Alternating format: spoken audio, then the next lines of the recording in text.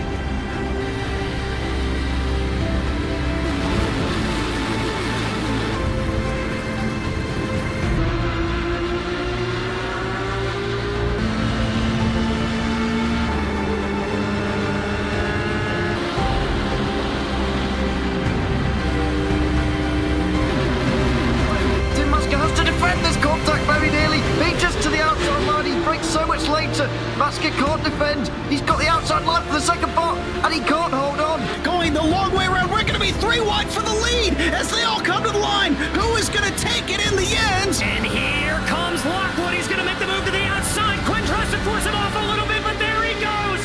It's going to be side by side through turn 1. Will he be able to cover him off? He does. Weaving back to the left-hand side. Reynolds is trying everything. The kitchen sink is being thrown at it. They're leaning on each other. Coming into turn number 3. It's going to be a drag race through 3 and 4. Coming back to the line. Here comes Trish on the bottom. Richard's going to hold the inside. Tries to be the late breaker here. They're going to be side by side through the final chicane.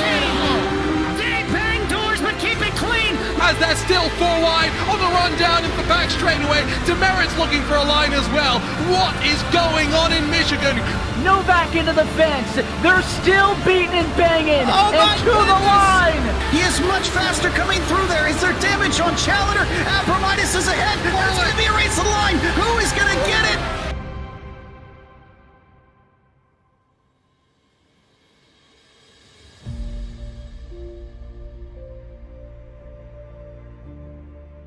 I met Marcos Garza when we were doing radiothons for St. Jude Children's Research Hospital. We needed sponsors to help us raise money, and he's always the first one to jump in. I would describe Marcos and his team as upstanding, someone you can trust, and he is just a genuine guy. Marcos has been very generous. He has a genuine concern for people. You need somebody that cares about you. And that's what Marcos is, and that's pretty much what this firm is. The Garza Law Firm. Let us help.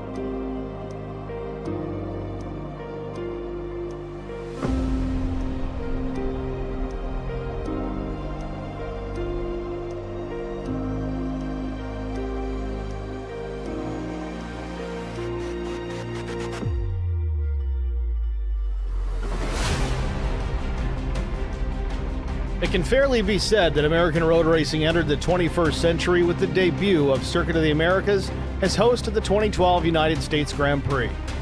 The first track in the U.S. designed specifically for Formula One, COTA was conceived by promoter Tavo Helmond and motorcycle world champion Kevin Schwantz and designed with the assistance of noted race circuit designer Herman Tilke.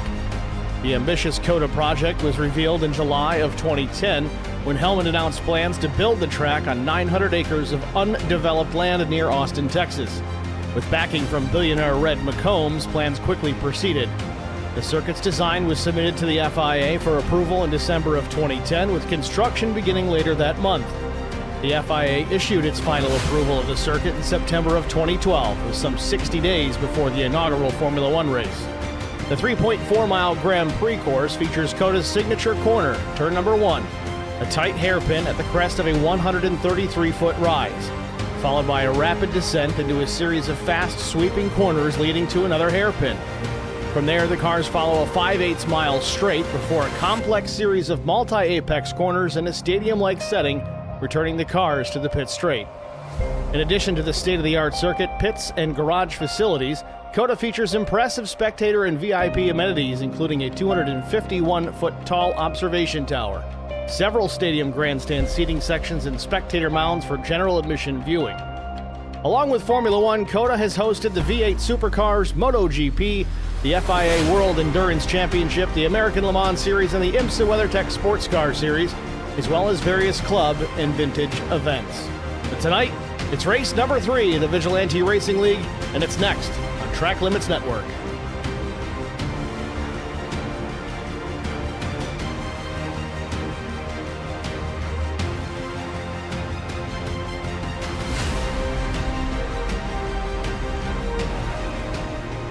Good evening, everyone. Welcome to the virtual Circuit of the Americas. I'm Steve Singer with Track Limits Network, joined in the broadcast booth by Chris Goins. Chris, how are you?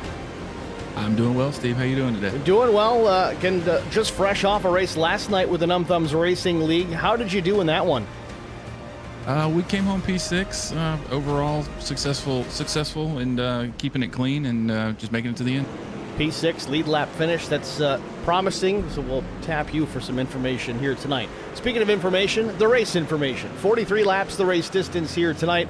85 degrees ambient temperature, 33% humidity, overcast skies, a 3-mile-per-hour breeze, track temperature 103 degrees Fahrenheit. Drivers working with a 60% fuel load tonight, unlimited tire sets. I think likely only going to see a pit stop, maybe 2 here tonight. No fast repairs and no green-white checker as we're operating with local yellows only here this evening. Practice just about wrapped up here. We're still battling some overlay issues. As you can see here, we have this little artifact that we'll get rid of. Thank goodness it's gone, but we'll take a look here at the fast times. David Feit right now, top of the board, minute 39.81 over Dustin Eaton, John Osborne, Derek Welch, Alan Vaught.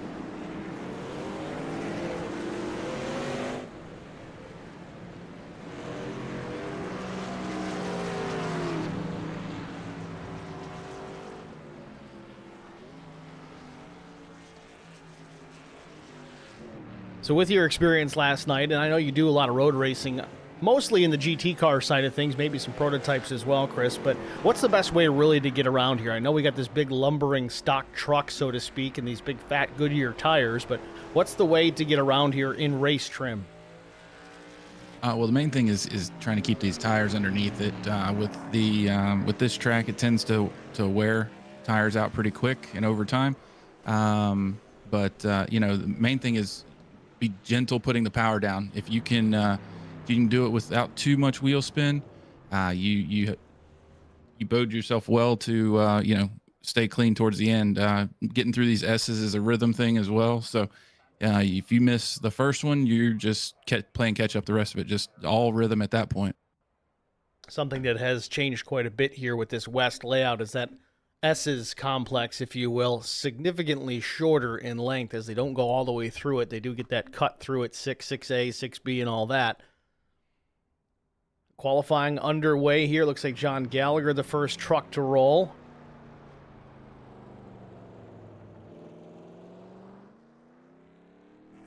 Quali session will be 2 laps, 10 minutes, whatever expires first.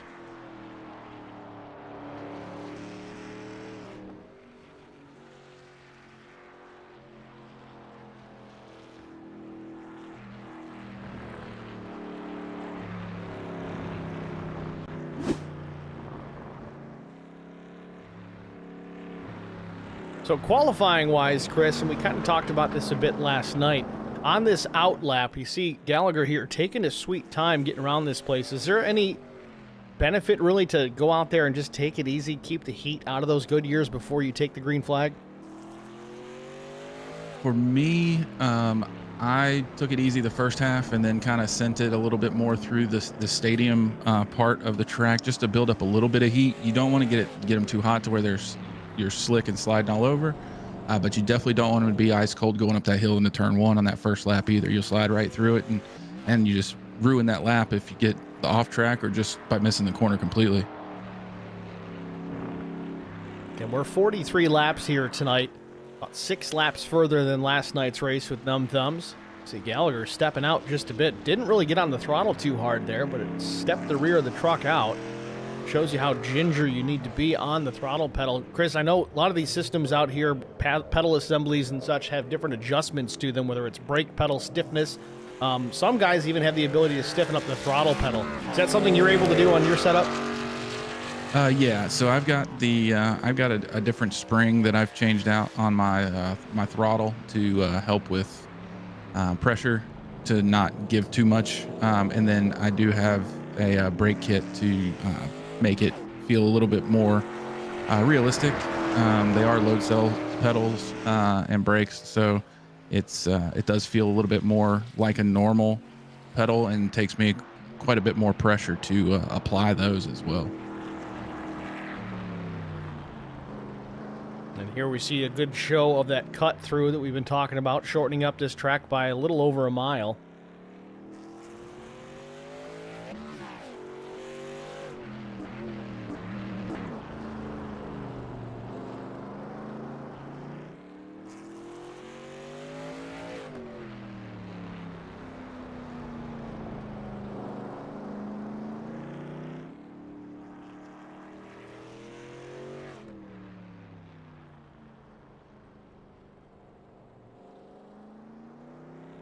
For this broadcast here with the road courses, we typically display the track map up in the upper right corner of your screen. You'll see that here.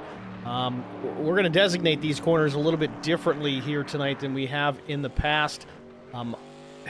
Obviously, we get to turn 6, 6A, 6B. We're not necessarily going to call it that. It's just going to kind of be that turn 6 complex. And then it's going to jump up, I don't know, maybe 5 or 6 corners to the next one. It'll make sense, I guess. We're just going to call it the way it is on the full Grand Prix layout, even though it's the West Circuit.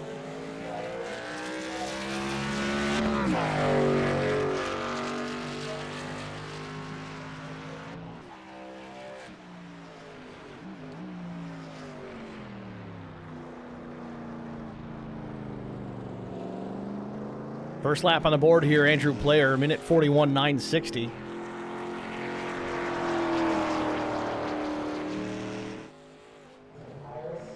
David Feit in turn 20 here. He'll come to the main straightaway to start his lap.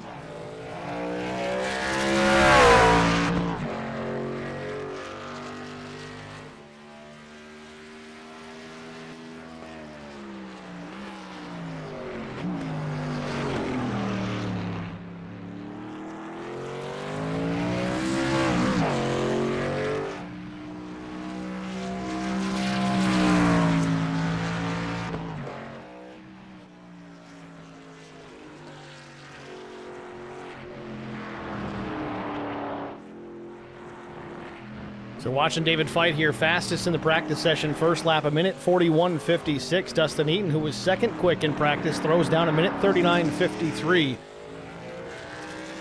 Don't think we saw anyone go that fast in practice, so a pretty quick lap there for Eaton. We'll take a look at the weather data here. Track temperature down just a touch here, around 100 degrees Fahrenheit with these overcast skies. Likely has something to do with that.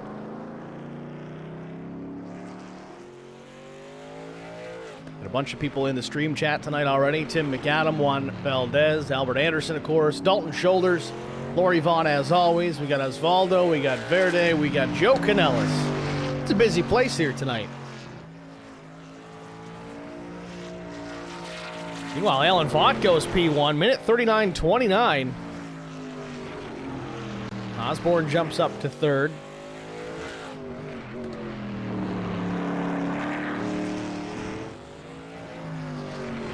Back to David Feit here in the final corner. See what he has. Minute 41.90 does not pick up, so fourth quick for now for David Feit. Alan Vaught again with the 39.29, his first lap. We'll see if lap two's any better.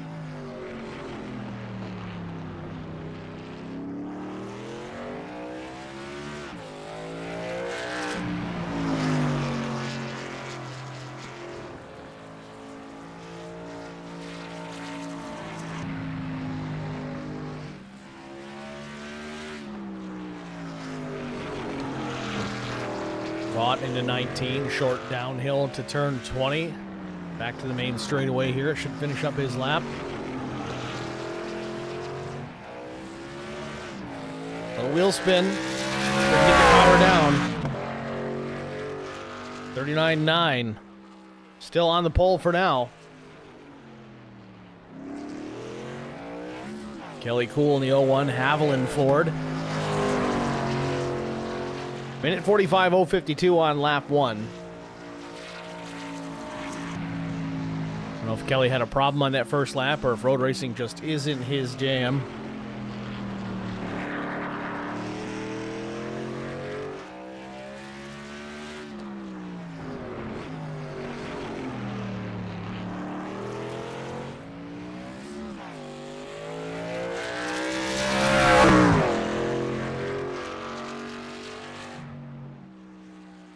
So no second lap registered for Kelly Cool, likely with an off track that would invalidate that. Mike Average in the 82.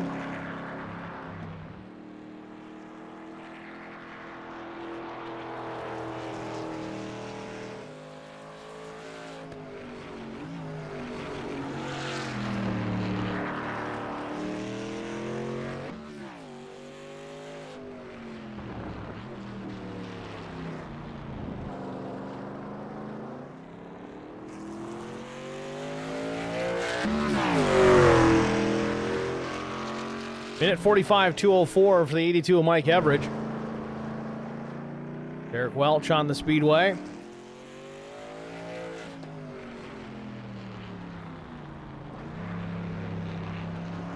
Welch with a win already this season on the other road course at Watkins Glen.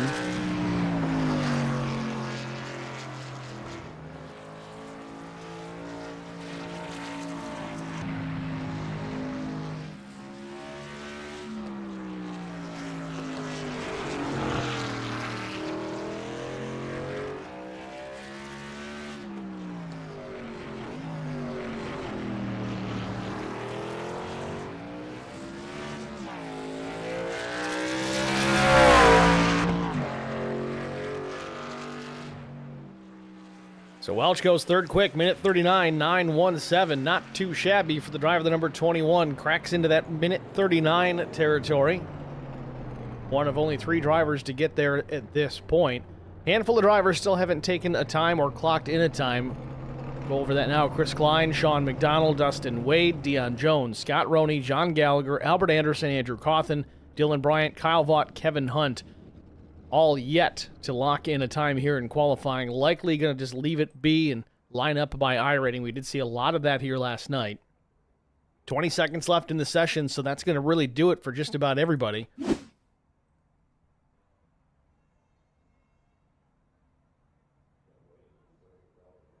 So barring any major complications, that'll give the pole position here to Alan Vaught. Front row outside will be Dustin Eaton.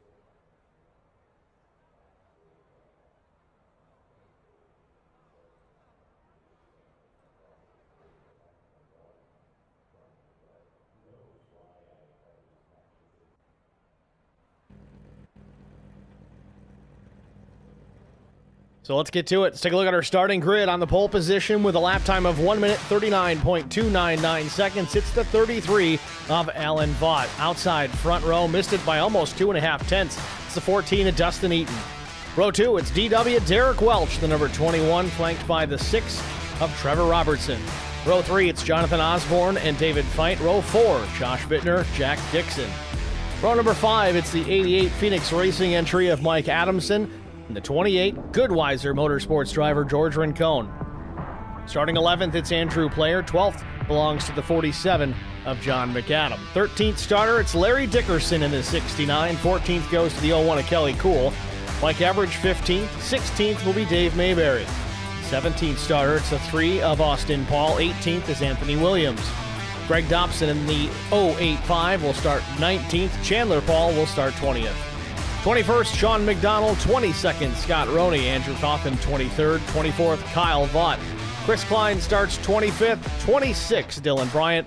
Kevin Hunt, 27th. 28th, Dustin Wade. 29th, Albert Anderson. 30th, John Gallagher. And shotgun on the field in the 31st position, it's the 4 of Dion Jones. Dion had some issues with his hardware earlier this evening. Steering wheel not working properly, so hopefully he's got those demons squared away. But he'll start shotgun on the field here this afternoon.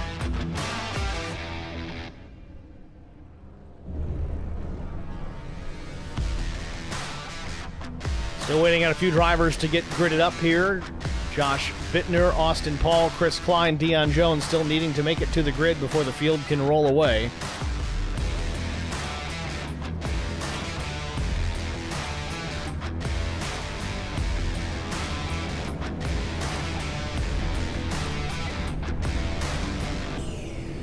Waiting on Chris Klein and Dion Jones now. Chris Klein, Dion Jones to the grid. And they're going to start in the back, so the formation lap has begun. One last look at the race details tonight. 43 laps the race distance, 85-degree air temp, 33% humidity, overcast skies. That'll be good for the tires, keeping the sunshine off the race course. 4-mile-per-hour breeze, track temp still cooling off at 95 degrees Fahrenheit. No fast repair in store, no green-white checker to worry about, 60% fuel, unlimited tires.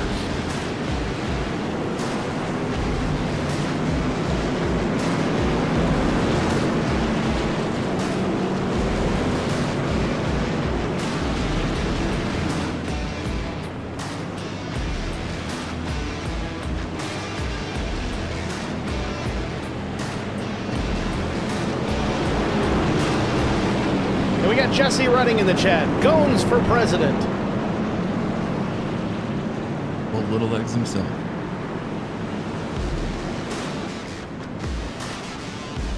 Steve, I came prepared this week for driver picks. Oh? What do you got? I came prepared. After seeing him chasing me down all night last night, I'm going to take that 21 of Derek Welch. DW, the number 21 for the pick. It's not a bad pick. Won at the Glen this year. I'm going to go with... Yeah, I'll make the easy pick here. I'll go the 33, Alan Vaught, as we're coming to green. Ready, green flag. Green flag in the air. We're underway from Circuit of the Americas.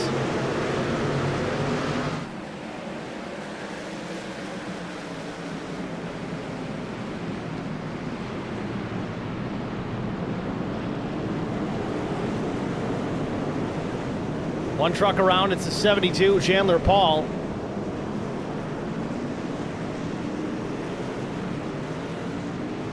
And again, ignore the timing tower right now. Give it a couple of laps. It'll update and figure things out. We had the same problem last night where it was not showing the proper running order. It should clear itself up. Top spot, though, is the 33 of Alan Vaught ahead of Dustin Eaton. Third place is the 6 of Trevor Robertson, and then David Feit, Derek Welch, the top 5.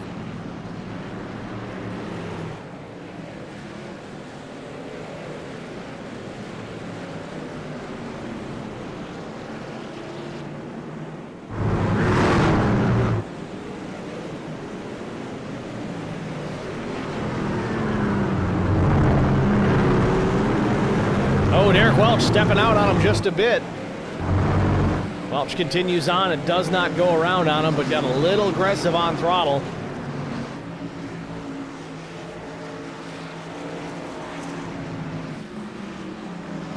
Top three still grouped up together. Alan Vaught, Dustin Eaton, Trevor Robertson, the current top three.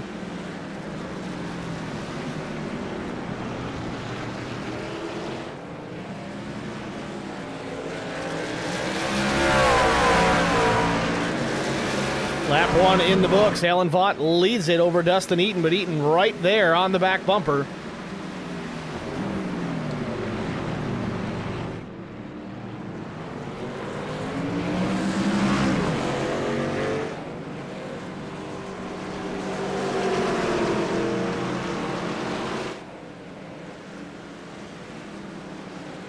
Top two into the S's. Eaton all over Vaught. Now he's got some temperature in those tires.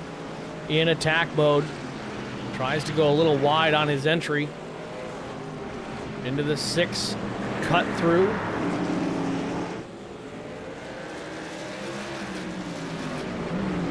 Now the Grand Prix turn 12.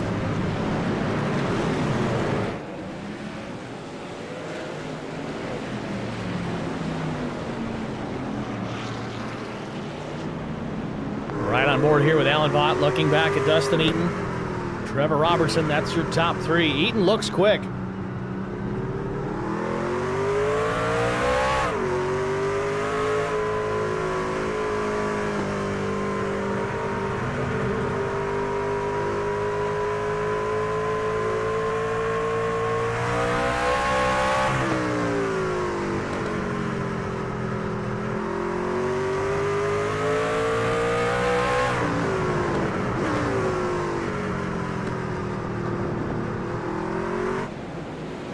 Back to the main straightaway again. Still top three unchanged. No real battles to speak of. And man, Vaught got a really good exit out of turn 20 there. Back to the front stretch.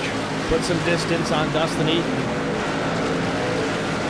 Eaton go real late turn in there. That's not a bad way to do it. Really sets you up for a good exit in turn 1.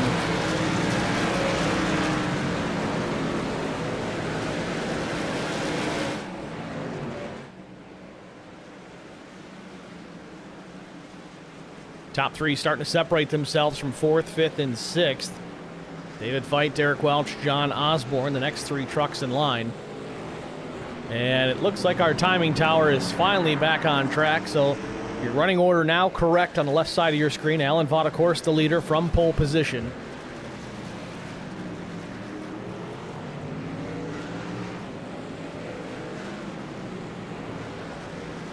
Now, Chris, last night you guys were working on a 65% fuel load as Dustin Eaton gets real loose on power.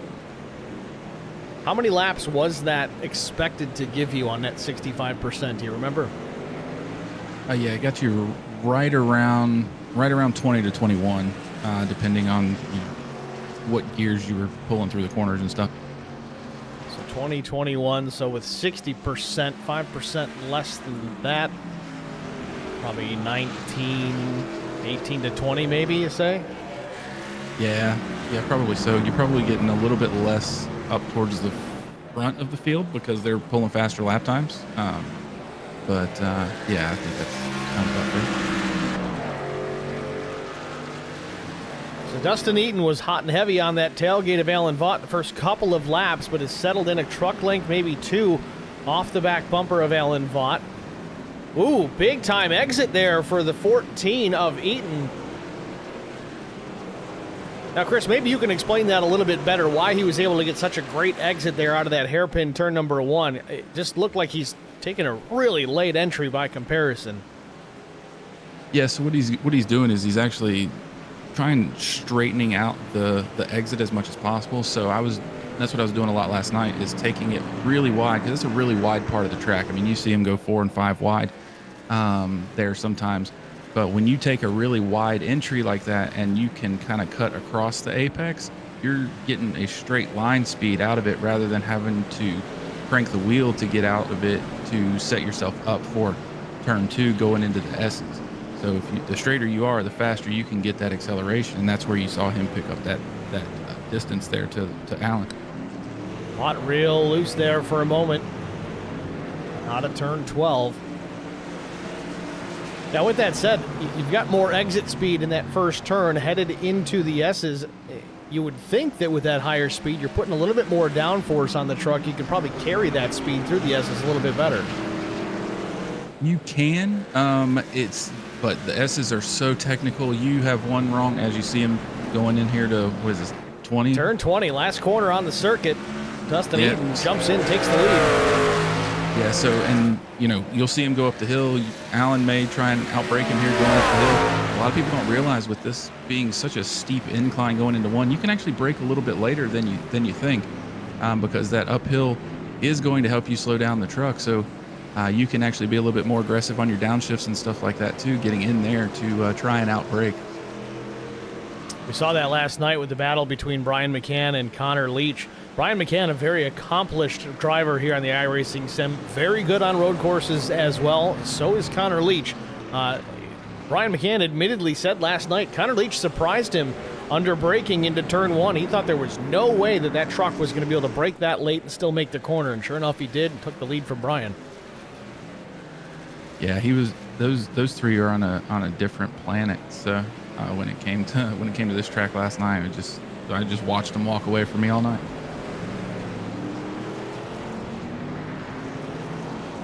I didn't see the final tally at the end of this thing as far as the incident points, I guess maybe the off tracks, but early on in the running, you were one of the lower guys in that department. I think Connor Leach had 1 until about the halfway point. You might have had 0 until that point, but any recollection where you ended up?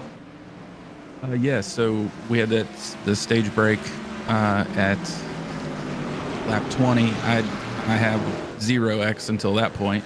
And then I ended up getting about 8x on the restart just in the chaos that ensued behind me. Just getting run into from the back, but I ended up with 13 total.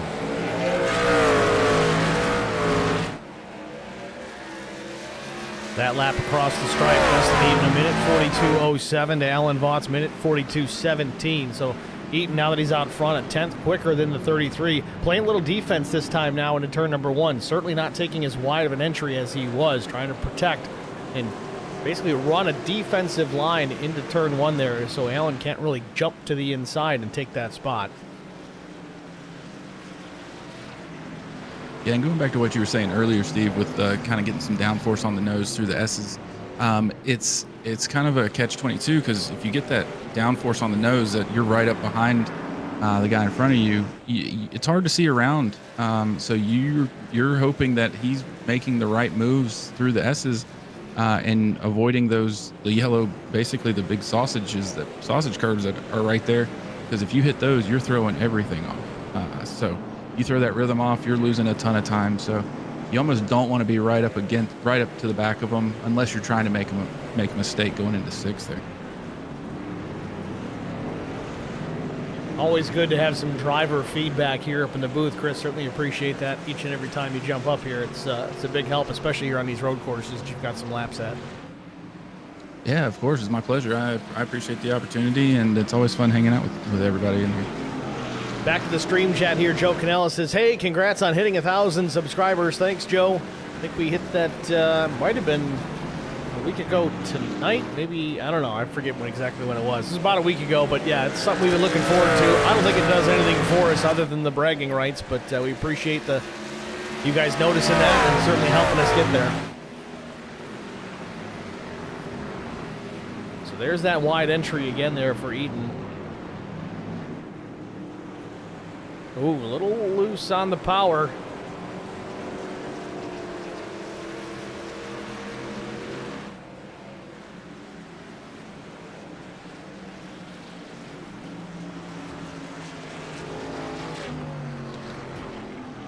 All right, so Mozzarella Stick 38's got me laughing in the chat. It says, shalom to all my Hebrews and Shebrews in the chat.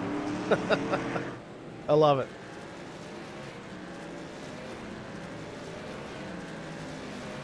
So Dustin Eaton continues the lead over the 33 of Alan Vaught. And it looks like Robertson's starting to close the gap on the 33 as well. I wonder if Alan just pushed a little too hard too early to stay out in front of the 14. Did he get those rear tires hot And Chris, I got to ask that same question too. If you do get those rear tires hot here at COTA, can you cool them off enough for it to really make a difference? I can't. If anybody else can, I don't. Godspeed, but I certainly cannot. Once I get the rear tires heated up, it's just a matter of just hanging on to it until you can pit and change them. Hopefully, you can maintain enough pace to stay out in front. Alan's got the pace. I think he'll be fine. It's just a matter of just maintaining until he can come in, get him close.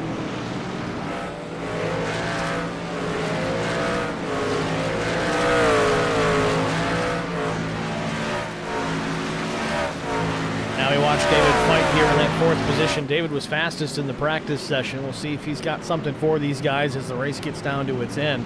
We're really going to have to try and figure out who's got the ability to save the tires throughout the full course of the run. Yes, we've got unlimited sets over the wall, but you don't want to abuse them too early, too soon, because it's really going to cost you late in that run.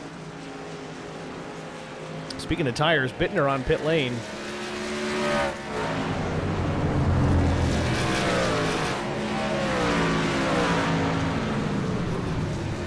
Can't tell if it's damage or if that's the paint scheme. I think that's the paint scheme. You sat here and read my mind. I was trying to piece it together myself. So Bittner's trying a different strategy here. He's going to jump down, put fuel and tires on the truck. Only 8 laps in.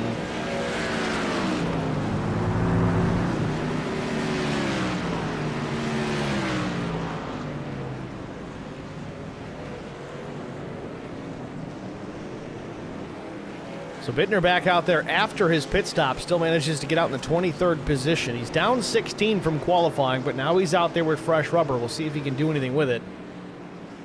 Back to the chat. We got Chugu says, keep an eye on that 21 of DW. Says it was a man on a mission last night. Hope he can keep the back of that truck settled into the racetrack.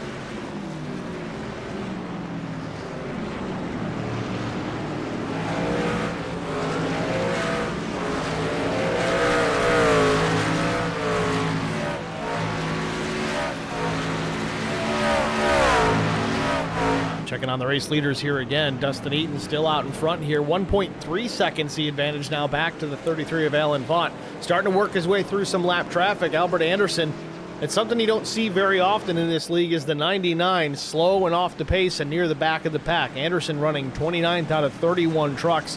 Really 30 that took the green. Deion Jones did not make the grid here with his hardware issues.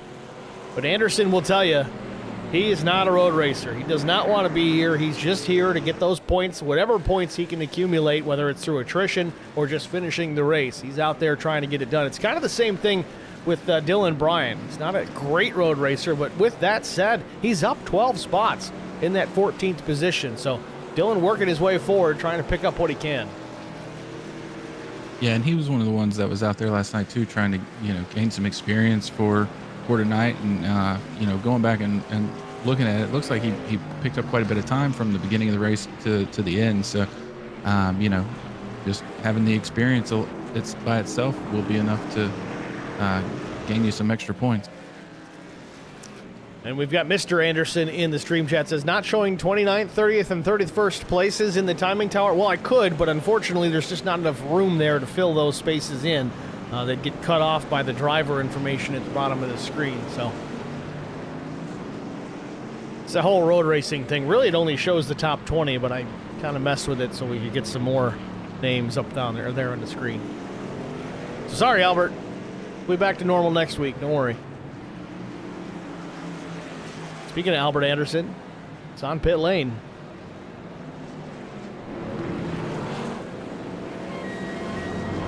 Anderson, a little bit of nose damage on the number 99.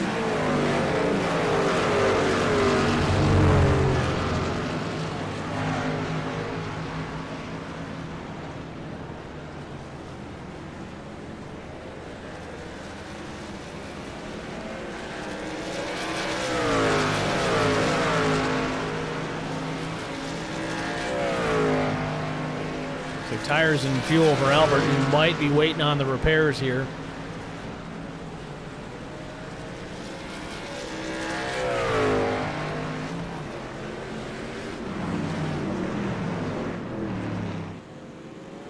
Gap back to second, still about the same between Eaton and Vaught. Robertson back in third, still nothing changed there. David Feit, though, starting to reel in the 6 along with Derek Welch. Welch just comfortable there, riding the back bumper of the number 1. I mean, at this stage of the race, it's really not a terrible plan, Chris. Just kind of find somebody that's got a good rhythm and running the tire tracks, especially if you're Derek Welch. You know you've got some talent on these road courses. He's really put the work in the last couple of years to get better at the lefts and the rights. But why not follow a guy that was fastest in practice, knows how to get around here, take care of your stuff until it's time to go? Oh, absolutely. You can learn so much by just following someone. And you see it with guys in the Cup Series where they'll go out there with road course ringers and just follow them around the track and just see where their braking points are, see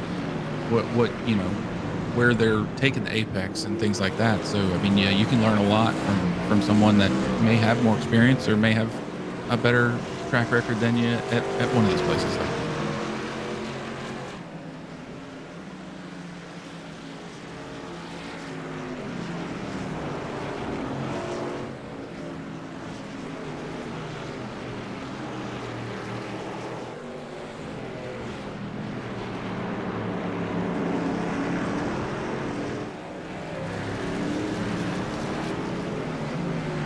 Still 27 trucks on the lead lap. We'll try to go through it here before we get to a first round of pit stops. Of course, Dustin Eaton, the race leader, real loose there.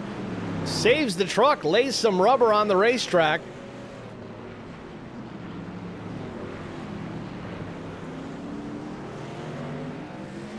Scary moment there for Dustin Eaton. You got to wonder if he's pushing a little bit too hard too early, but we'll continue through the field.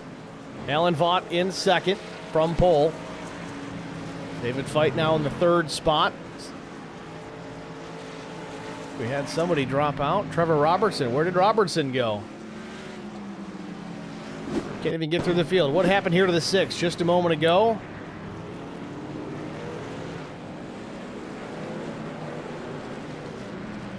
This locks it up, spins it around. It looked like he made a wheel hop there and shifted too early and just bounce those tires, and once you get sideways, you're not catching that. So that's going to move everybody up a spot here. So David Feit now third. Derek Welch fourth. John Osborne in the 5th spot.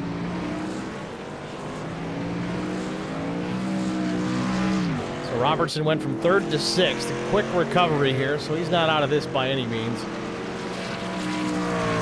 Jack Dixon back in the 7th spot.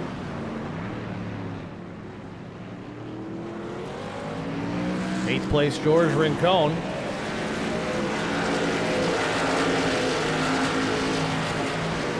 And Mike Adamson, the number 88, he runs in the 9th spot. Rounding out the top 10, so 47, John McAdam. Andrew Player at 11th. Right where he started, just comfortable drive right now for the 13 truck. Larry Dickerson back in the 12th position.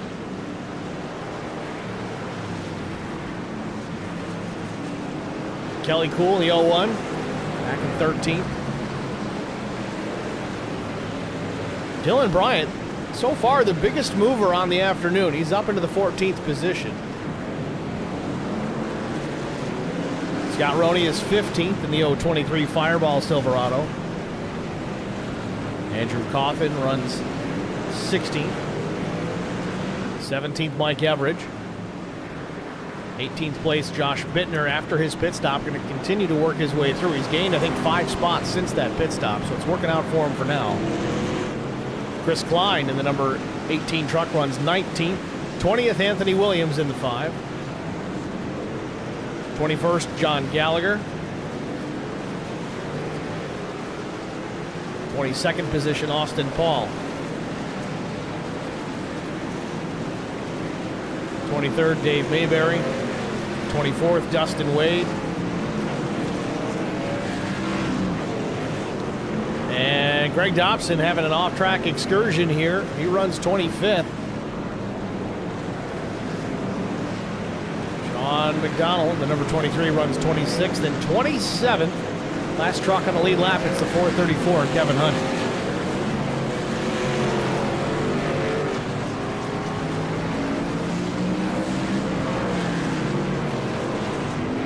Eaton still leads, but the deficit back to Alan Vaught shrinking. It was 1.3 just a few laps ago. Now it's about a full second. It was just under a second a moment ago, but you see the leaders getting into some more lap traffic.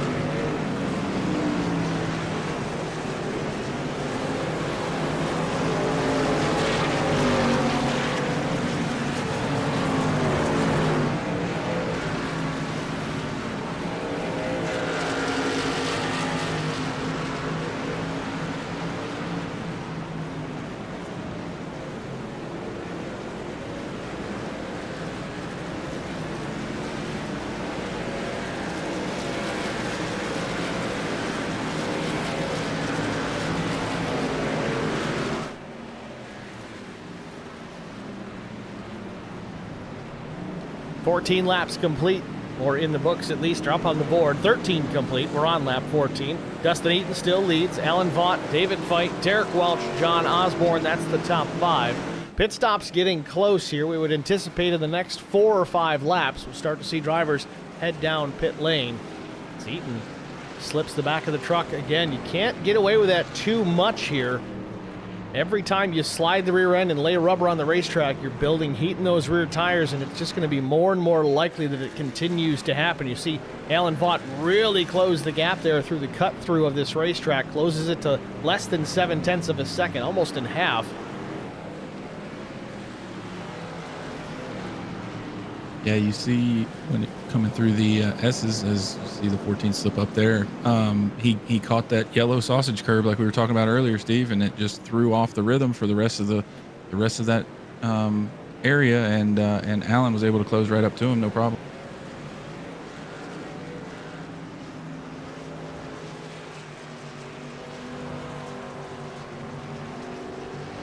So leaders through the stadium section, now into turn 19 and then 20. Again, if you're counting corners on the track map, don't, because it won't make any sense based on what we're calling them.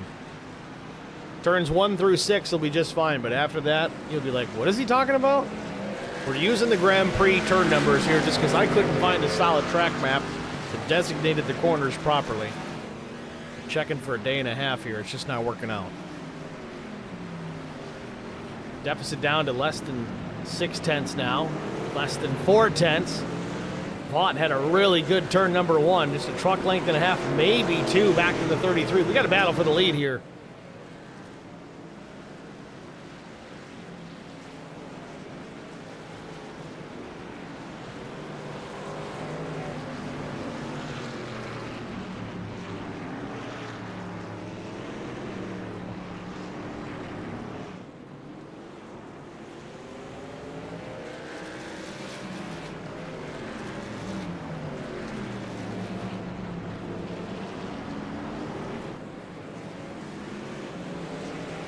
Eaton able to hold off Allen for now.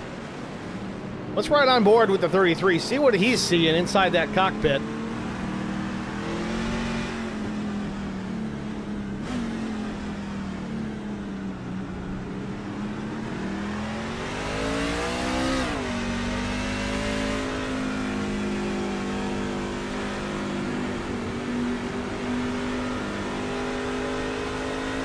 You can hear it and you can see it.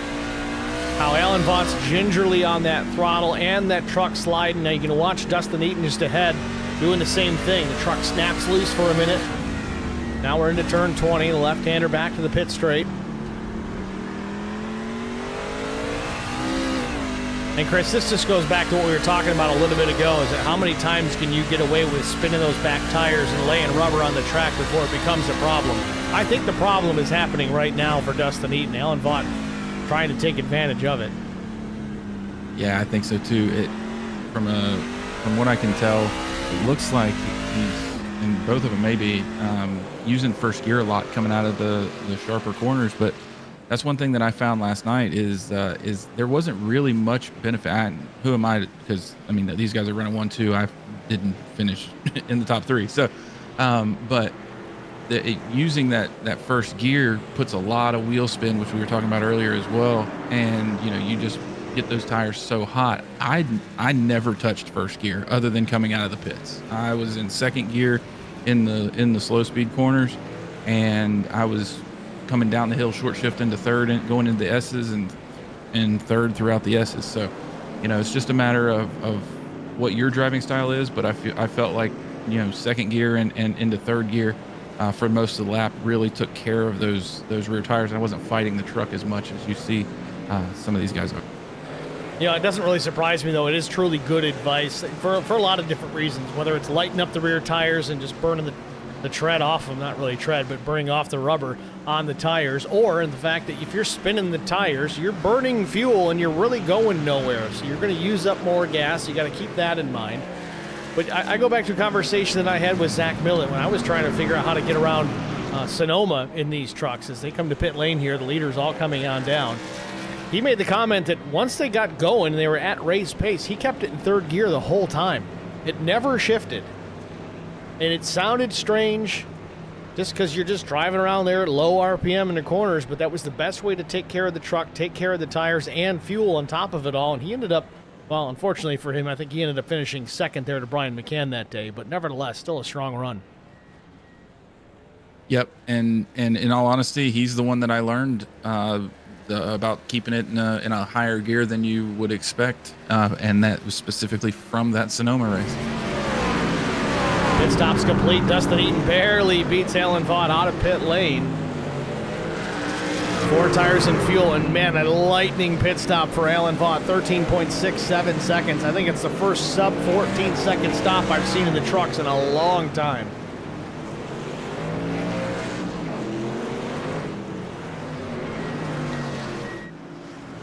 And we got Albert Anderson in the chat again. Thanks for the explanation. Yeah, I know Albert is not a fan of road courses. Yep. I think there's maybe 5 guys here that enjoy this, if even that many. It's kind of funny, though, Chris. I mean, that's kind of how it was back in the day in the Cup Series in real life. I mean, half the time the guys would show up, they'd qualify the car, they'd turn a lap, and then they'd get out and put a ringer in. Oh, absolutely. Yeah, you want somebody that knows what they're doing to help dial in your car as far as setups go. And then you just got to go out there and just keep it between the line.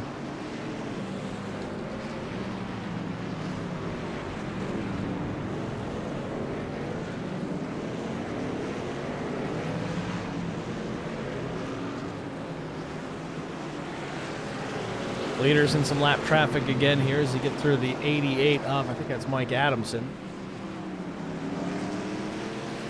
And this part of the race is where it almost seems like it turns into almost like a multi-class style race, So you've got the guys that are really well versed on the road courses, and then you got the guys that aren't necessarily as experienced on road courses that are a little bit slower, but the main thing is they're holding a line, they're being predictable when the leaders get to them, so that way they make it easy for the leaders to be able to make that move around them.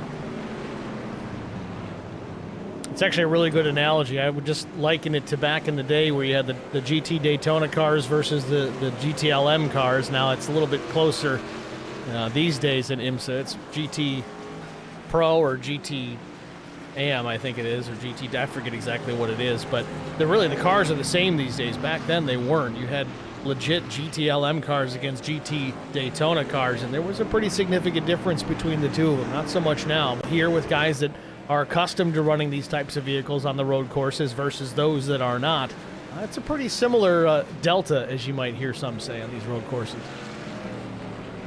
Yeah, absolutely, especially with like you said, with how close these are when it comes down to really just driver ability. We should, I guess, I wouldn't say talent, because all these guys have a lot of talent, but just ability and experience on the road courses. When you have trucks that are set up almost identically, it's the driver talent really comes out to play. It's just different skill sets. It's not that you got guys that, well, he's not a great driver. Oh, maybe he's just not great on road courses, because he'll go out and wipe the floor with you on the 1.5 miles, but he can't keep up here. I mean, you look at Albert Anderson. We were just talking about that. He does not do well on these road courses, and he admits it. He's not a fan of it. The only way you're going to get good at it is to put in a ton of practice laps, and typically you want to do it with someone that really does know what they're doing. I mean, you've done that, like you said, with Zach Millett. Derek Welch has jumped in with Zach Millett, and Millett's taught a lot of these guys how to be better at road racing. But if you're not dedicated to put the time in, and that's hard to do if you just don't enjoy it. It's tough to be fast. Oh, for sure. I mean, everybody's got the things that they enjoy doing. I personally absolutely hate draft tracks. I hate super speedway racing. It's just, I do 80 laps and then get killed at the end. Like, it's just not fun for me. Which is a bad example because you usually run pretty well there.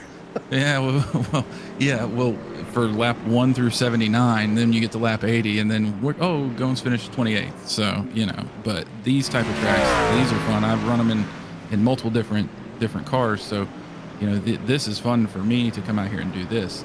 But I understand, like with Albert, he's the exact opposite. You see him up front with all the draft tracks, stuff like this. Maybe not, but a lot of these guys, the fact that they have a field of this size with a lot of guys that just aren't necessarily road racers, it just says a lot for the league, a lot for the drivers themselves, and how much they want to push their abilities, for sure.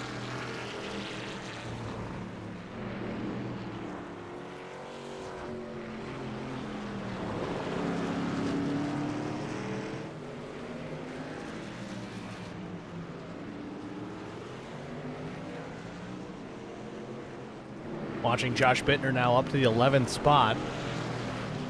Remember, he did make a pit stop significantly earlier than anybody else, back at lap 7.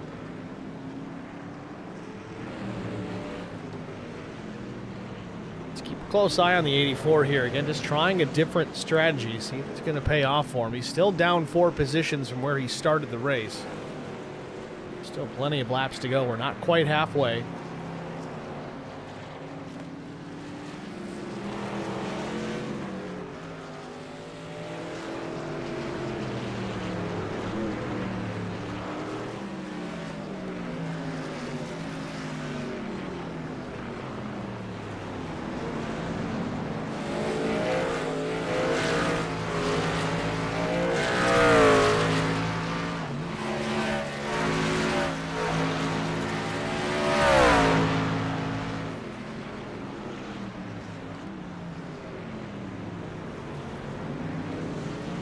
So we're watching Bittner. He's got a real shallow entry here into turn number 1, and especially when you compare it against Dustin Eaton and how he's waiting till the very last minute to just yank that truck to the left. What is the benefit to the shallow entry there to 1, or is there one? I think it's more. If I was guessing, I would guess it's more of a comfort factor for him. It's hard to see out of these trucks, especially it's hard to see the apex for sure if you're way out to the right, especially if you're on, what we call single monitor, or even triples at this point is tough. Unless you're running in VR and can actually look at the apex, it's hard to see. So taking that shallow entry, you actually have a better visibility of where the corner is, and where you need to point the truck getting off the corner. It's one thing I noticed in the few times that I tried VR early. I couldn't do it for more than a couple of laps because it made me sick as a dog, but it certainly helped see the middle of the corner, see the apex of the corners. You can just turn your head and see, all right, that's where I'm headed, that's where I want to be. So I guess it kind of makes a little bit of sense. If you're not necessarily in VR, it's hard to see the apex of that corner properly because it is a very awkward corner. It kind of doubles back. It's not totally a hairpin, but man, it's pretty damn close. Plus the uphill part of it, that throws that monkey into it as well. Yeah, and you'll see when he gets up to the top of the hill how wide it actually does become. The inside of the track actually kind of goes and bows down to the left. So you can take this thing 4 or 5 wide, and then it narrows right there at the apex. So if you're way out wide, it really is just hard to see.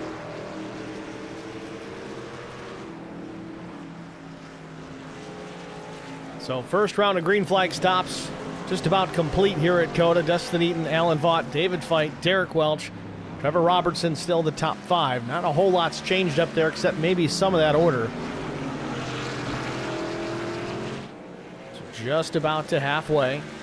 Leaders down the hill into turn 20.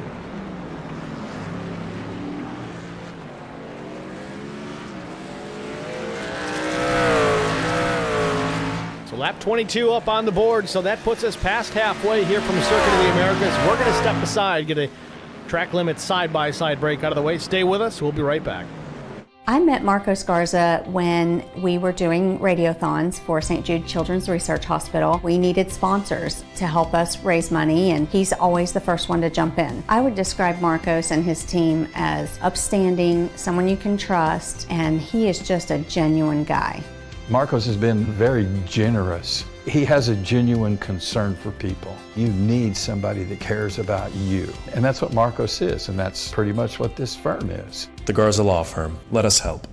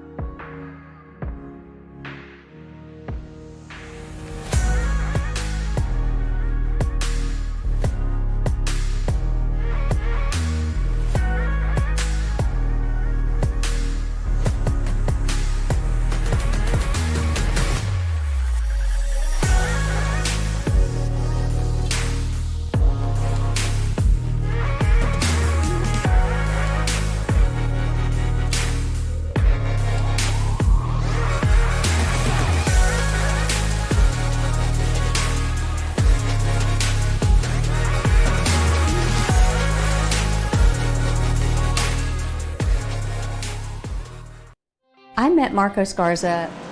Back at COTA, Dustin Eaton still leads Alan Vaught, David Feit, Tarek Welch, and Trevor Robertson. It was down to about 0.6 of a second about a lap and a half ago. Now it's 1.8 back to the 33. I don't know if Alan had a problem in that break, but still there in the second position, but that gap getting larger and larger.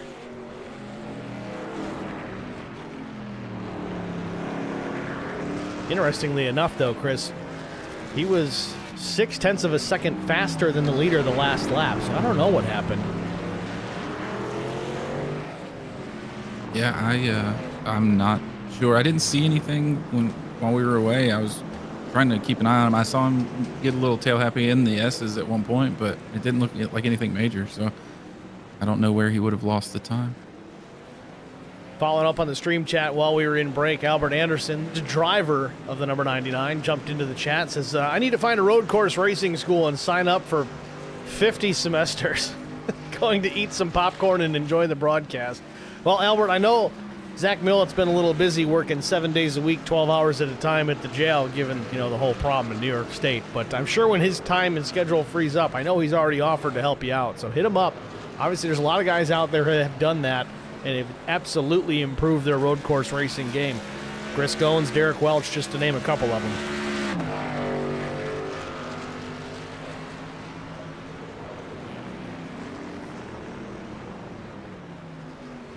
Kelly Cool with an issue just a moment ago. I believe that was just out of turn 1.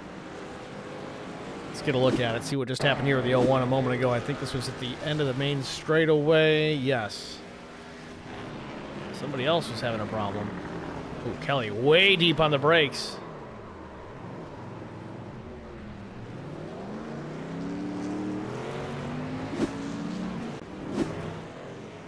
Looked like a Formula Drift race here at COTA. A couple other updates. Greg Dobson appeared to have an issue as well. This might have been after the fact. Nope. John McAdam in trouble as well.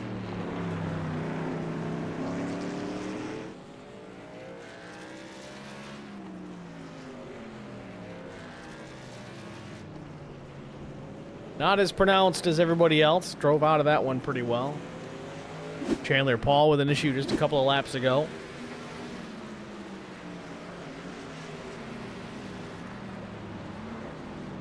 So here the 72 went real wide, and I think he got the truck in the marbles there, got the rear tires dirty, and as soon as he went back to the power, it went around on him. And Mike Adamson. Seems that the same section of the racetrack is where these tend to keep happening.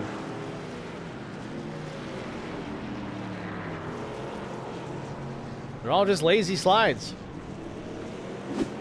Yeah, a lot of that you can probably attribute to either downshifting too early, not matching the revs correctly. It's also a downhill part of the track too. So, you know, when you're trying to woe it up with the track trying to keep you going, it gets a little slippery.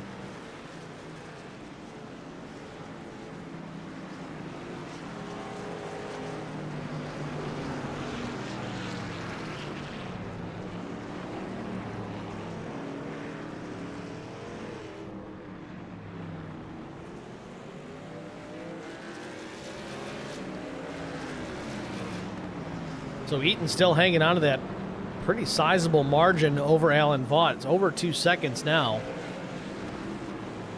See it come down pretty considerably there, but I think Eaton is backing up his corners quite a bit. Early on the brakes, which means early on throttle. He drives out and picks up even more now. Another full second picked up on Alan Vaught. Alan trying to get through with Kevin Hunt, a lap truck. Drivers are taught to get out of the leader's way, and they usually do a pretty good job of that, but some places in this racetrack, there's really just nowhere to go.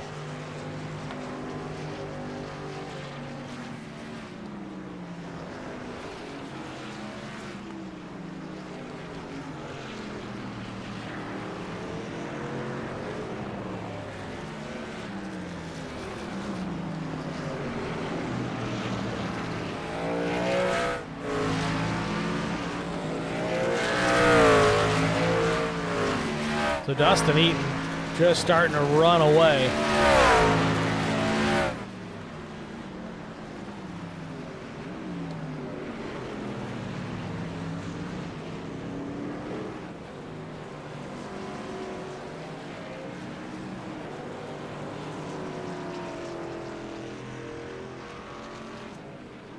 So I just got a message from somebody saying that road courses are better, not just left turns. I mean, I don't disagree. Well, you're a road course guy too. So. Well, yeah, I am a little biased.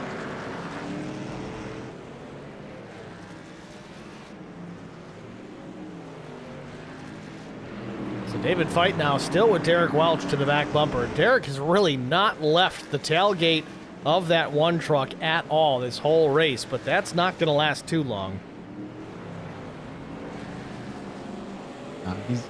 He's starting to look like he's being a little bit more aggressive behind the one. So I think you'll see him start to try and poke his head out some to try and get around him for third.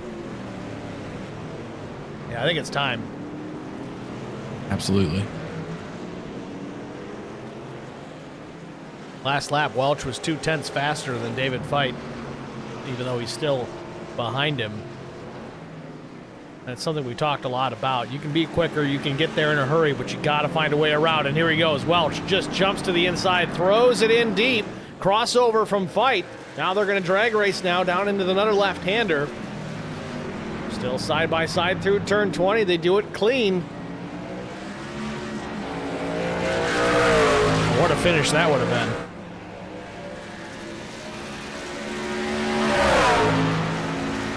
Up top of the hill.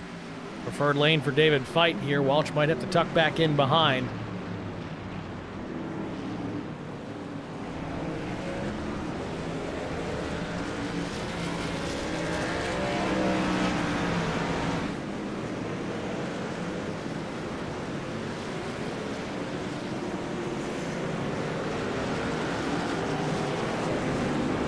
I see one thing that Derek may have learned. We'll see how it plays out next lap. But instead of him going too wide through that last corner, I think you may see him, get out of it a little bit early, get on the brakes so he can get off the brakes coming through the last corner, and then try and get that run up the straight and try and get to the inside of the one instead of trying to stick it to the outside. I'm just wondering when the patience is going to run out for Derek. Is he going to get into the back bumper here and send him or what? Oh, not on purpose. Jump to the inside. I thought they were going to make contact. Still clean, though. This for the third spot. No, this is now for the second spot as Alan Vaught decided to dive to pit lane, I believe. Yes, lap 27, Vaught finished a pit stop. Another quick one, 13.90. So Vaught's back out there in fifth now with fresh tires.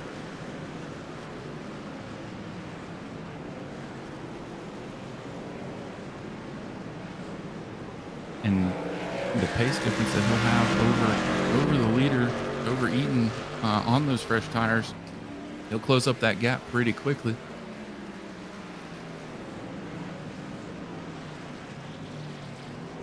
You can see the angle of turn number one from that shot. It's just crazy.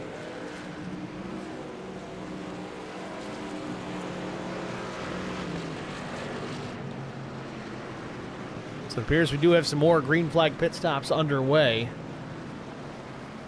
And I think this will put everybody within the window at this point to make it to the end.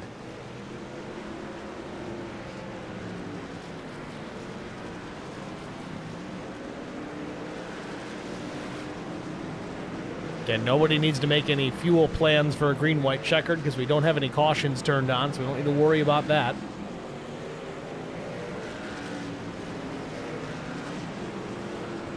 Welch dips the nose to the inside for a moment, but not able to keep it stuck there.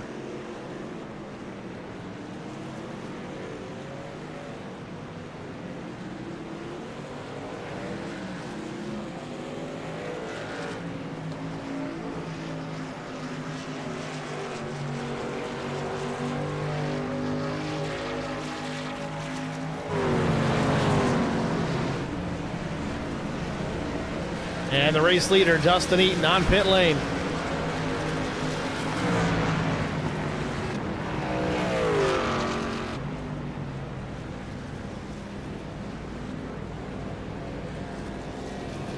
So last lap for Dustin Eaton before this pit stop, a minute 42.97. Alan Vaught ran, well, tough to say. He hasn't got a full lap in. It was a 2:12, so that's counting the pit stop. This time by, he should clock in. So Josh in the chat asking about the delta between Eaton and Alan Vaught with that undercut.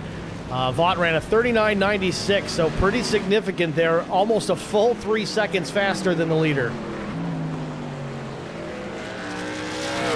Probably a wise move for Eaton to come down and pit.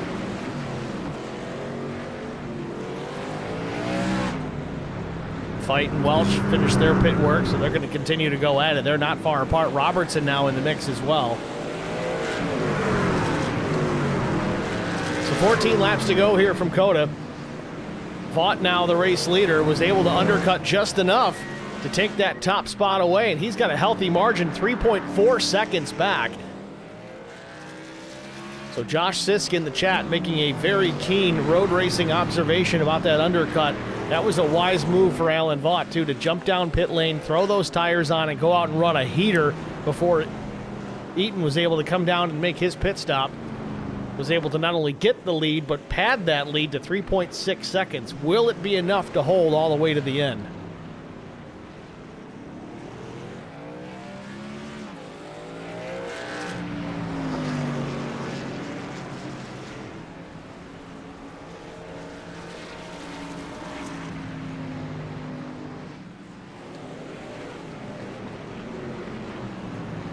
Gonna check on this battle here again here. David Feit, Derek Welch, but Welch has got company of his own. Trevor Robertson now starting to get close to that back door and gonna knock on it pretty hard when he gets there.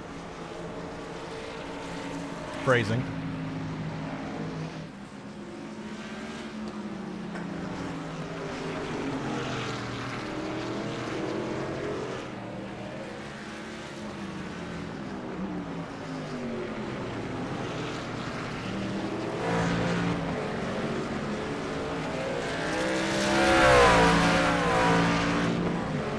Feit enjoying almost a full second advantage on Derek Welch.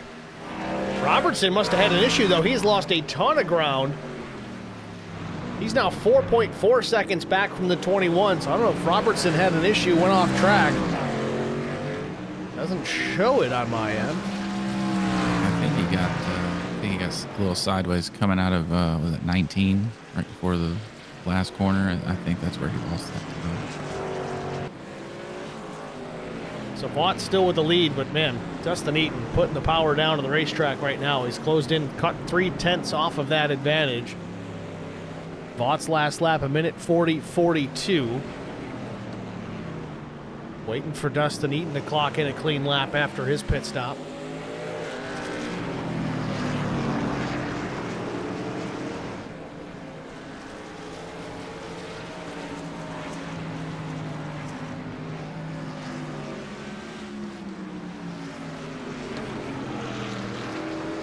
Did you see Eaton coming out of the stadium area? How sideways he was just now? Seems like that's every lap with him lately. That was Zach Millett victory slide there.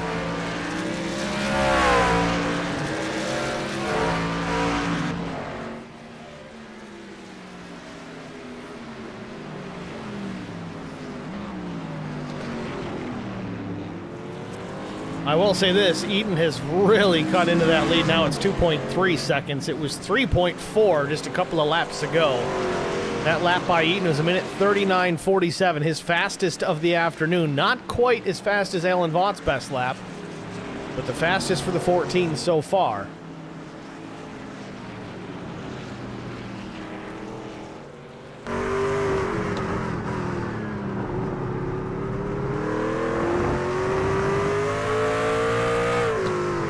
Man, Eaton's back there running qualifying laps.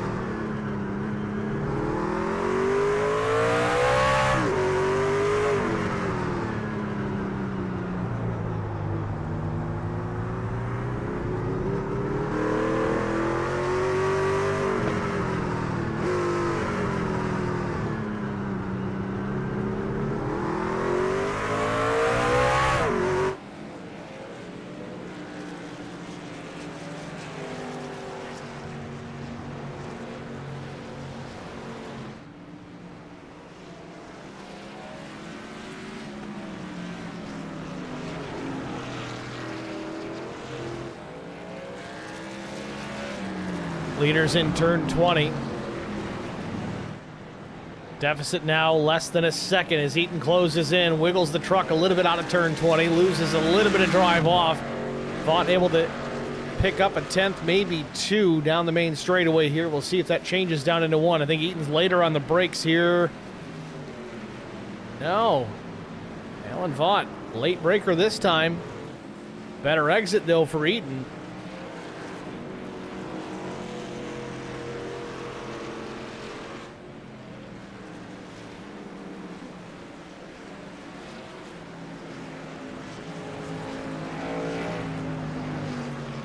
And Derek Welch has made the pass on David Feit. Well, Dylan Bryant there just to the inside, going very slow to make sure he didn't get involved there. Derek Welch finally gets through.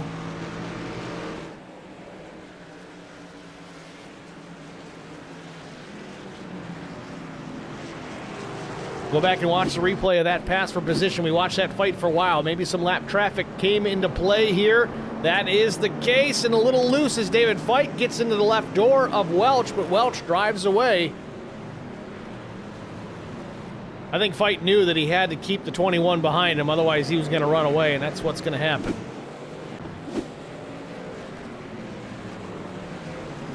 So Welch now enjoying almost a full second over the 1. into that podium position. Just about 11 laps to go.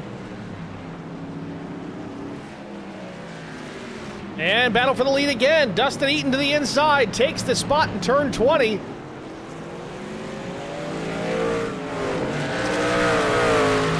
So change of position at the front of the field with 10 laps to go. Dustin Eaton goes to the point, takes it away from the 33.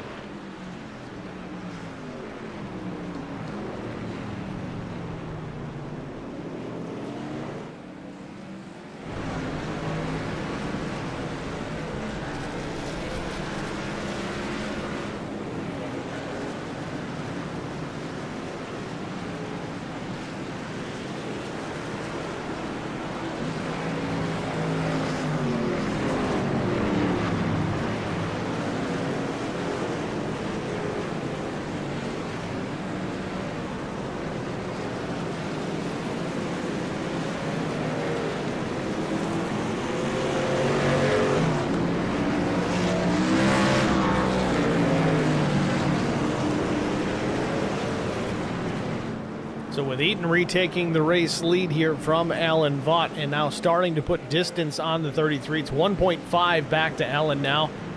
The question will be, I know he did make the pit stop later than Alan did, but did he push too hard in the early going of that run? Will that come back to haunt him later on in this run towards the end of this race? Chris, what are your thoughts on that? Is he going to burn those things up too soon here? Is it going to be a problem for him later on? With what we're looking at here, I mean, he's obviously running super fast laps right now. I think there's enough time left. If Alan is taking care of his tires, I think you could see him maybe pull back up. But we did also see Alan running really fast lap times when he first came out of the pit before he even pitted. So he may have just burned his up too. So, but I think you'll definitely see. If he was able to save any type of tire, I think you may see towards the end him close that gap back up for sure. Interestingly enough, Alan Vaught 2 full seconds slower than the race leader that last lap, but special note, third place, Derek Welch, the fastest out of the top 3, ran a minute 40.85. Actually, no, not the fastest, a little bit faster than Alan Vaught, only about a 10.5 slower than the race leader at this point. But again, Derek Welch back about 21 seconds. So without a caution that we're not going to get here, not likely to see the 21 be a factor in this race win unless somehow Vaught gets back up to Dustin Eaton and causes problems and they both end up wrecking each other out. But nevertheless, still real loose for Dustin Eaton again. Nevertheless, still a strong run for Derek Welch, showing his skills here on the road course. Again, won at the Glen earlier on in the season. Got Analia Tovar in the chat, says, that's how it's done, 14. You got it, babe. I'm going to assume that's Dustin's girlfriend or wife, one or the other. And if it's not his wife, I think I just set him up for a question after the race.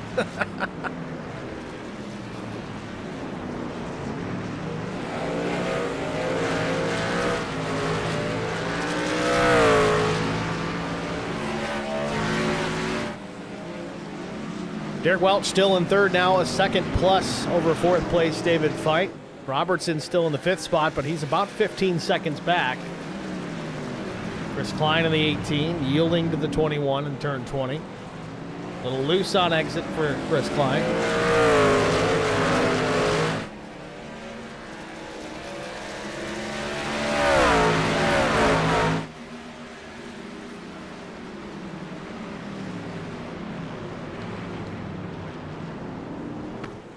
Oh, David Feit goes around in front of Chris Klein, straightens it up, and continues on. Don't think it's going to cost him a position as Robertson's still a ways back.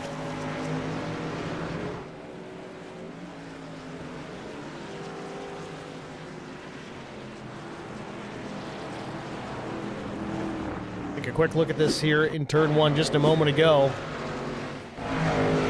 Watch the 1, the Busch Light machine. Jumps to the inside, way too shallow, way too deep on the brakes.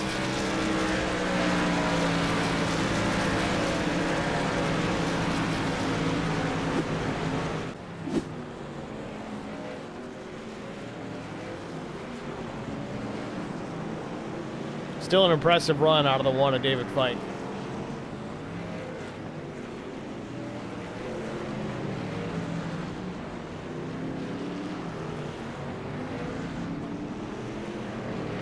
Want to give a call here to John Gallagher in the 123 F-150.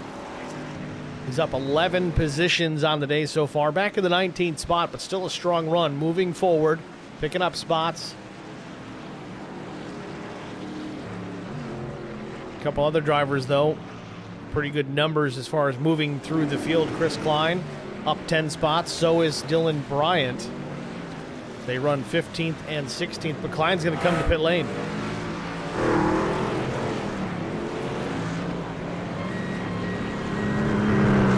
One late stop here for the 18.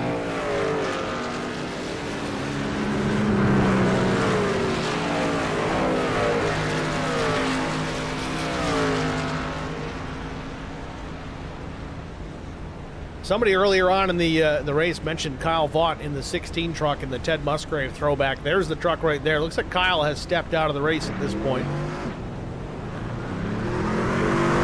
Klein down and away.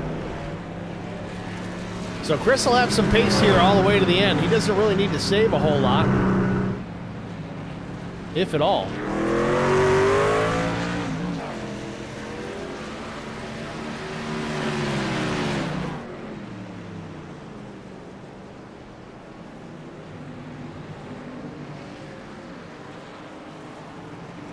Lori Vaught says, Jesus Christ. I don't know why, though. Lori, fill us in. What did we miss?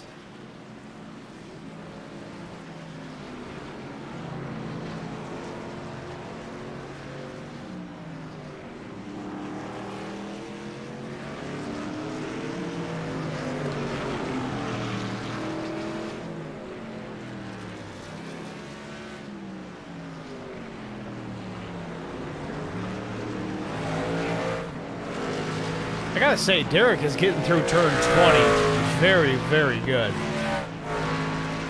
You watch him enter the corner, and he almost looks like he's going too fast for his entry there, but he gets out, hits the apex, exits the corner, just a little bit of that curb at the end, straightens it right out, and heads down the main straightaway. He did a great job. I've seen that a couple of times out of him.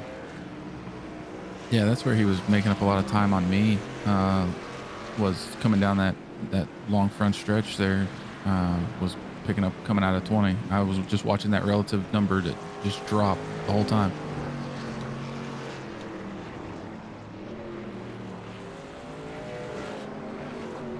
Checking on the leaders here again. Dustin Eaton in some lap traffic. It's allowed Alan Vaught to close the gap now. It's about 0.7 of a second, but Alan's got to work his way through these lap trucks too. Average in the 82 to the outside of Alan Vaught. Remember, Eaton had almost a 3-second lead not that long ago, and as we approach the closing stages of this race, we're getting close to 5 to go. Allen having some trouble, though, getting through these lap trucks. Everett still hanging to the right side.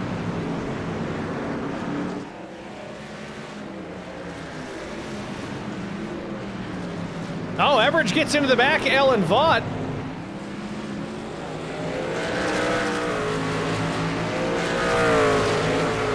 That could have been disaster for the 33.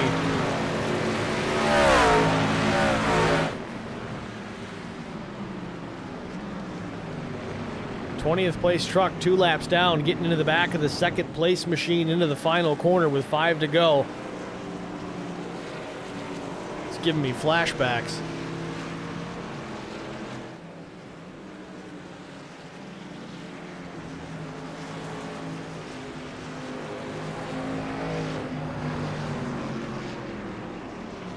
So Eaton's able to stretch that lead back out to 2.2 seconds after he's gotten clear of some of that lap traffic, while Allen's still trying to work his way through. Austin Paul in the 3 truck. Oh, and they make contact. Paul now gets sent to the inside, gets into the Armco in that short chute.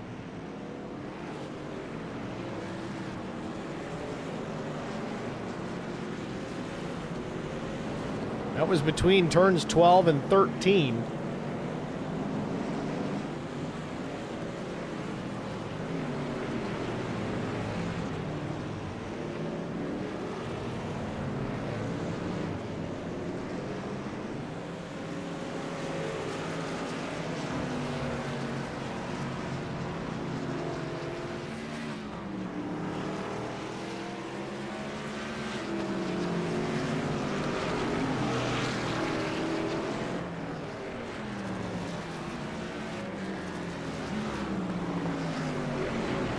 So Dustin Eaton back in cruise control here, 3.5 seconds the advantage.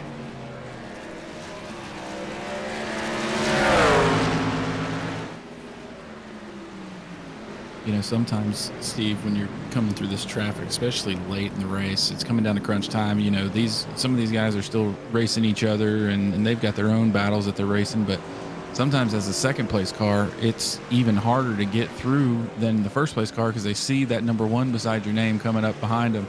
They tend to give you some room, but then that second place, they just forget about you, and you're left to your own vices to try and get through. So I think we've kind of maybe been seeing some of that here with Alan trying to get through some of the traffic.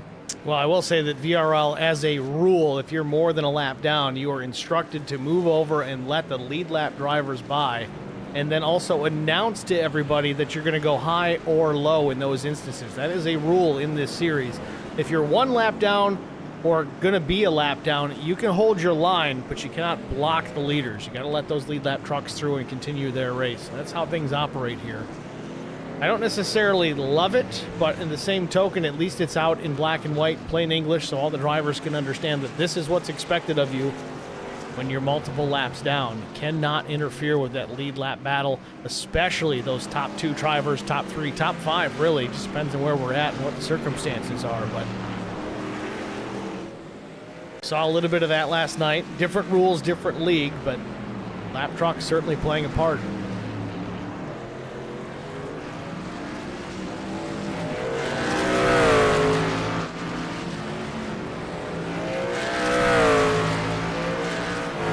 Laps to go here from COTA. Dustin Eaton enjoying his largest advantage of the afternoon at 4.1 seconds and growing. And impressive here, Derek Welch is gaining on these guys. There's not enough time left. The deficit was 21 plus seconds, and it's now down to 18.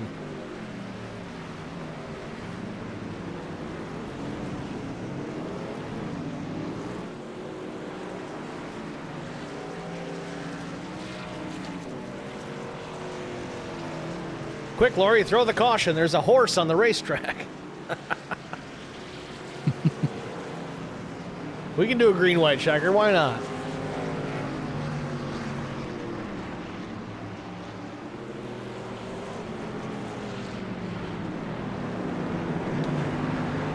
Giving an update here on the hard charger of the afternoon. Believe it or not, it's Dylan Bryant. Running in the 15th spot. Started 26th here tonight. No, he's not on the lead lap, but most of the field isn't. We only got 11 trucks still on the lead lap here in the late going of this race. But Bryant keeping the hammer down here, still trying to march forward. Just keep the fenders on that truck. Doing a good job picking up positions. Again, top 15 finish if he can hang on to it.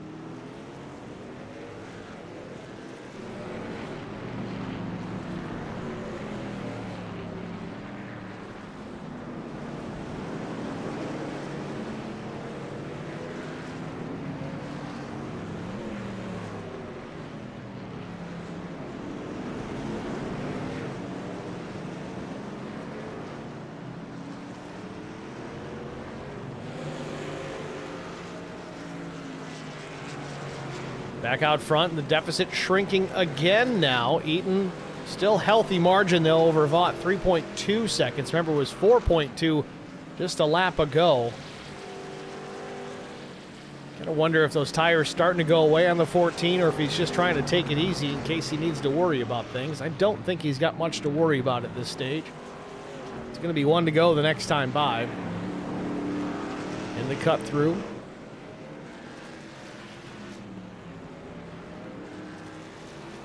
Yeah, looking at the lap times, Alan was about 7/10 faster that last lap, which is not going to be fast enough to catch it for sure. But it's definitely eating into it a little bit. Still an impressive lap given the age of the tires. We did see last night Connor Leach was able to run, I think, a low minute 40 on the 20th lap of his set of tires. That was impressive in itself.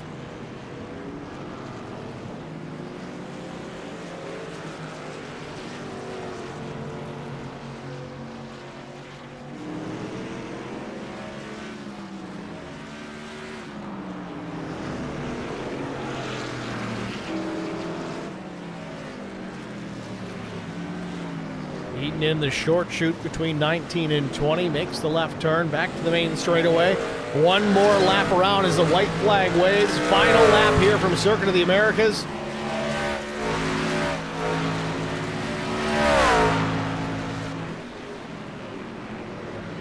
Dustin Eaton, fast in practice, fast in qualifying, not quite enough for pole position. Put it on the outside front row. It's only a handful of laps before he took the race lead from Alan Vaught.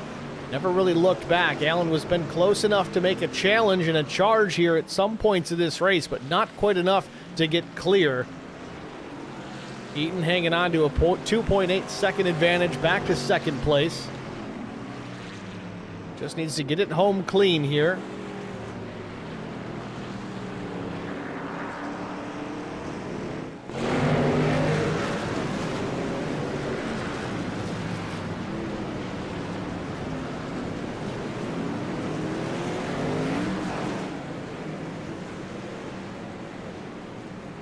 Lap traffic yielding to the race leader.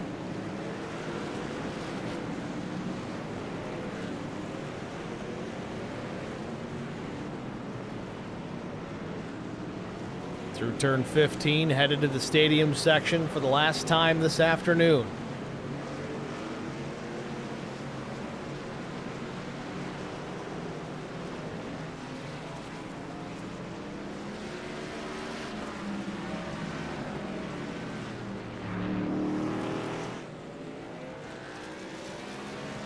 One more corner to go. Turn 20.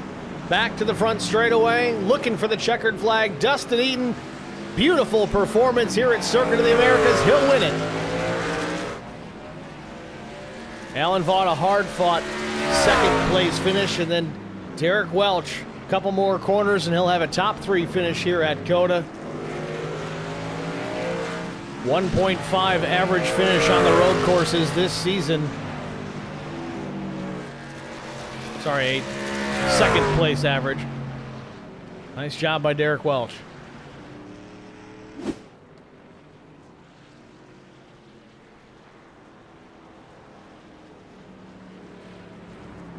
Dustin Eaton, your race winner here from Circuit of the Americas.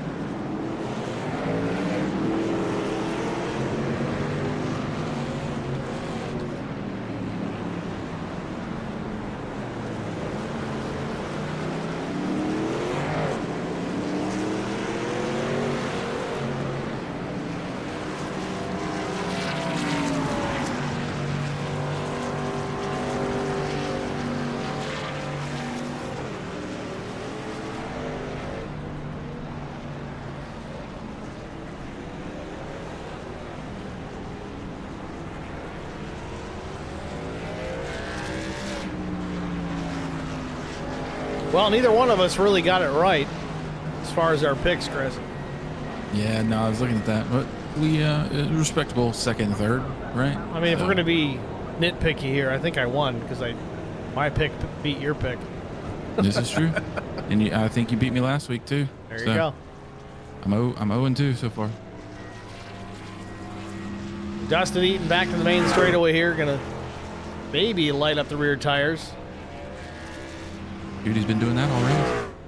Derek Welch taking some paint off the right side of that 14.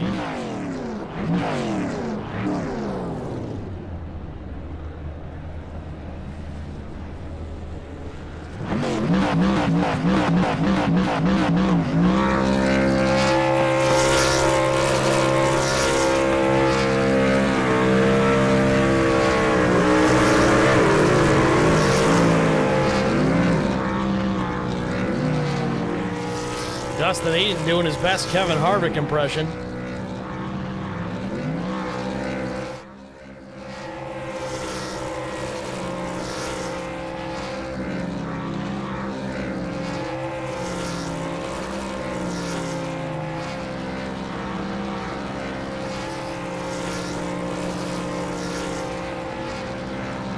is starting to look like Montreal back when Robbie Gordon thought he won.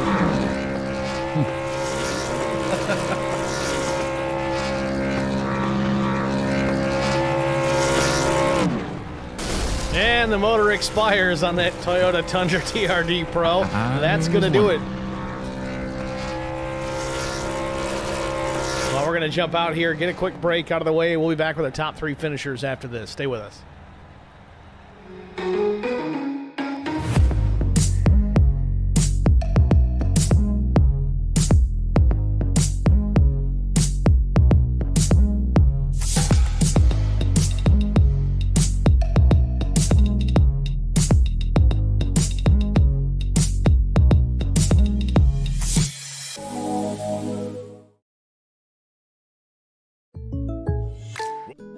Need insurance coverage that's built for speed? Frank Yea's office in South Charleston has your back. Whether you're blazing down the highway, protecting the home you've built, or setting up a legacy for your family, we've got the coverage you need. Auto, home, life, fast, simple, and made for you. Scan the QR code on your screen now to explore all our services and start a free quote today. Lock it in, save it for later, or call us at 304-744-7700 to get started. I met Marcos Garza when we were doing radiothons for St. Jude Children's Research Hospital. We needed sponsors to help us raise money, and he's always the first one to jump in. I would describe Marcos and his team as upstanding, someone you can trust, and he is just a genuine guy. Marcos has been very generous. He has a genuine concern for people. You need somebody that cares about you. And that's what Marcos is, and that's pretty much what this firm is. The Garza Law Firm. Let us help.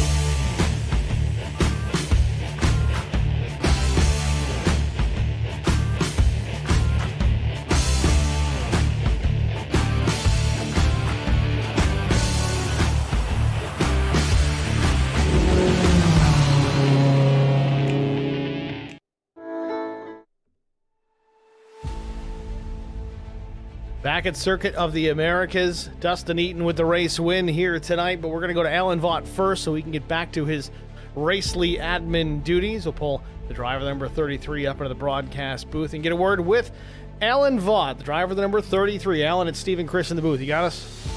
Yeah, I got you, buddy. Alan, congratulations, man. A strong run, pole position here at COTA, but a runner-up finish. It seemed like at times you'd reel in Dustin Eaton, then he'd drive away, then you'd reel him back in, and he'd drive away. Was it a matter of just keeping heat out of the tires, or was he just a tick better tonight? Yeah, it was just, I would get the tires hot trying to get to him and pass him, and then honestly, lap traffic played into it. Where I made my mistake was just letting him get past me in the first place. Dustin, this is like his cathedral. He loves this place. I think he raises it on off weeks. He claims it as his home track, so he really understands how to get around this place. And just having a great race with him there was pretty satisfying. But my mistake was letting him get past in the first place. If I could have kept him back there, and maybe the lap traffic would have played in my favor instead, then I think it was pretty even lots of times. Well, it was certainly impressive. It was a fun race to watch. You guys battling it out there for a little while. But again, we've seen that quite a bit here tonight. Not a lot of places to get passes done. If you got somebody who's even slightly better, if not just equal, It's tough to even make that pass in those circumstances, but a job well done finishing in the second spot. Looking forward now to next week. Phoenix Raceway coming up next Wednesday. Obviously a little bit different style racetrack, pretty unique as far as the ovals are concerned. How do you feel about your chances of a solid finish next week? No, I enjoy Phoenix. I'm fast there. I mean, a lot of guys are fast there, but I really enjoy it. I'm comfortable in the trucks in particular, so I'm looking forward to that. All right, Alan. Well, that's going to do it for us. Is there anybody else you want to thank before we let you go? No, I just want to thank my wife, Laura, for everything she does for Vigilante Racing League, and she's the heartbeat of it for sure. My son Kyle, I don't know where he finished. I hope he had a decent race. He was super sick, so I wouldn't have been surprised if he had to bail. And his fiance Taylor up there in Chicago, who's always watching and pulling for both he and I. The VRL drivers, man, we've improved from where we started doing road courses. Before we started following the NASCAR schedule, we didn't do a lot of road courses, and so these guys embraced it, went forward, and you can see the difference in how they're driving. You know, some guys still can't stand it, but they embrace it nonetheless, and they show up, and that's fantastic, and it's great for this league, for VRL. And thanks to you, man, for highlighting our league as always, like I always mention, and making us look really great on YouTube. I know you wouldn't forget about us, Alan. Yeah. Well, Alan, congrats again, man. Thanks for talking to us. Good luck next week in Phoenix. Hey, you guys, take care. Too. Alan Vaught, your second place finisher here at Circuit of the Americas. Again, a little out of order here tonight. We're going to go to Dustin Eaton, the race winner, next. 2 in a row here for the driver, the number 14. They'll pull him up into the broadcast booth. Dustin, it's Steve and Chris with Track Limits. Do you got a copy? Boys, how are you? 2 in a row, brother. Congratulations, man. Tell us about it. Yeah, no, watching that old Christopher Bell, man, gave me some inspiration, so I figured I'd had to repeat. And no, man, I told you guys last week this was my great white buffalo, and I shot it in the head tonight, dude. Jess, man, he gave me a run for my money, and definitely had me sweating the whole race. I know he got caught up in a little bit of traffic, as we all did. And, buddy, I was sweating the whole time, and it couldn't feel any better. I mean, I know it's a tough place to get around, especially with the new tire model on these trucks, but what really was the key here? Because we saw a lot of instances where Alan would reel you in to take that 3-second advantage down to less than 1 second, and then it would disappear. You'd gain it back to 3 seconds again, and then it would come back. What was the seesaw like out there for you? What was the cause of that? Was it just lap traffic or tires getting hot or what? Man, I mean, him and I were just sitting there talking about that before you pulled him up. He had me in every section of this track except 2. And that was the S's, because I saw him downshifting, and it cost you a little bit there, and then coming out of the final. But I mean, consistency is always key. Jess is super consistent on these types of things. So really, we were dead even in a lot of deals. It just came out to, I think when he pit, he was a couple laps down on tires, and I think that's pretty much the only reason I had it. Other than that, man, dead even. Derek Welch, he's fast as hell here too. He got caught up in some stuff early on, and it's just it was anybody's, man. It's just what in certain sections, I guess. Well, Dusty, you take the checkered flag here tonight with the race win. Alan takes the fastest lap of the race, got you by a couple tenths there, but oh yeah, it is what it is. There is the checkered flag is the most important part of it. And with that said, you look forward to Phoenix next week. Can you make it 3 in a row? No, brother. I mean, Phoenix is definitely a hot spot for me too. I mean, me, Jess, Burke, a bunch of guys, we're always up there battling. Here over the past couple seasons, we've had all the guys battling for spots. I mean, we've been so competitive. Everybody's getting better. I mean, I think it's just going to be about avoiding the bull crap and being there at the end, making friends and not enemies out there too. Will definitely help you. Certainly a good part of it. Dustin, congratulations on the race win here tonight. Who do you want to shout out to? Man, wife first and foremost, man. She came in right as it happened, was screaming for me. I was screaming too, Yes, we bumped each other, I think, twice. I doored him once on the first initial pass, and he tapped me in the butt on one of them, but he raced me clean, and it's always great racing him on these. And, shout out to the Tang boys, man. Got player, Kevin, Wade, myself. Craig couldn't make it tonight, so.